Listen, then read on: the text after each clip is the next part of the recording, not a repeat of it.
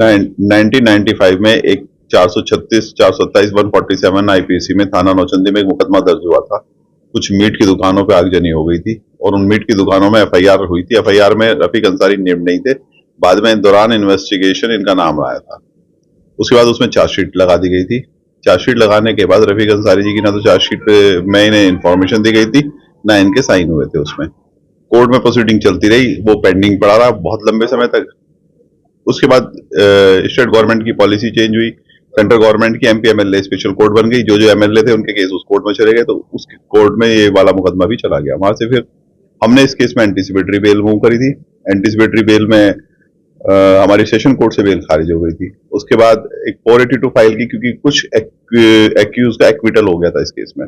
Acquittal वाले के judgements को और इनकी प्रोसीडिंग्स को हम लेके हाई कोर्ट गए थे, क्योंकि स्टेट गवर्नमेंट इनका मुकदमा विड्रॉ कर चुकी थी अपनी तरफ से, और विड्रॉ की एप्लीकेशन कोर्ट में स्टेट गवर्नमेंट के रिप्रेजेंटेटिव और joint director prosecution CPM Tripathi ji ने मूव की थी। उसके बाद हम हाई कोर्ट गए थे। हाई कोर्ट ने कहा नहीं, हम इसे खत्म नहीं करेंगे क्योंकि लंबे समय से वारंट चल रहे हैं। और हाई कोर्ट ने उस ऑर्डर में एक रिपोर्टेड जजमेंट भी पास कर दिया कि नहीं, जब वो आदमी असेंबली में रोज अपीयर हो रहा है, पूरे अपने प्रोग्राम लगा रहा है और वो कोर्ट में पेश नहीं हो रहा है, कोर्ट की अनदेखी कर रहा है, इस आधार पे माननीय उच्च न्यायालय इलाहाबाद द्वारा जस्टिस संजय सिंह साहब द्वारा एक ऑर्डर पास कर दिया गया। उस ऑर्डर के बाद एसएसपी मेरठ को आदेश किया गया था, बाकी कोर्ट्स को भी आदेश किया गया कि भाई जब हाई कोर्ट की फाइंडिंग आई है इस पर विचार करा जाए। उसके बाद इसी प्रकरण में गिरफ्तारी हुई है। कितने एनबीडब्ल्यू इनके अब तक जारी हो चुके हैं? अब वो एक्यूरेट तो नहीं है, लेकिन ये तो ध्यान है ही मुझे कि लगभग 20-22 साल से वारंट जारी है। 100 के आसपास बताया जा रहा है। नियर अबाउट नियर अबाउट है। अच्छा, क्या लेकिन फोर्स उनके घर पे नहीं गई, पुलिस उनके घर पे नहीं गई। पुलिस ने उनके वारंट तामील करने का ड्यूटी यूपी पुलिस की थी। अब अगली क्या आपका कदम है?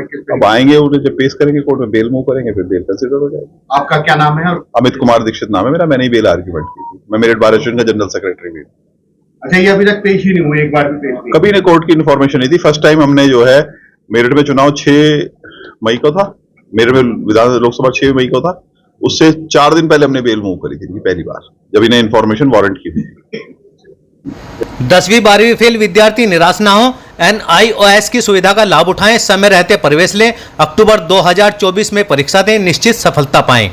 सरधना में दीपक सिनेमा के पीछे पीर के पास स्थित सैनी जी फर्नीचर हाउस के प्रोप्राइटर सोनू सैनी ने बताया कि उनके यहां सभी प्रकार के डबल बेड, सोफे, अलमारी, गद्दे, LED, fridge, washing machine, AC, electronic व फर्नीचर का सामान उचित मूल्य पर मिलता है। एक बार सेवा का मौका अवश्य।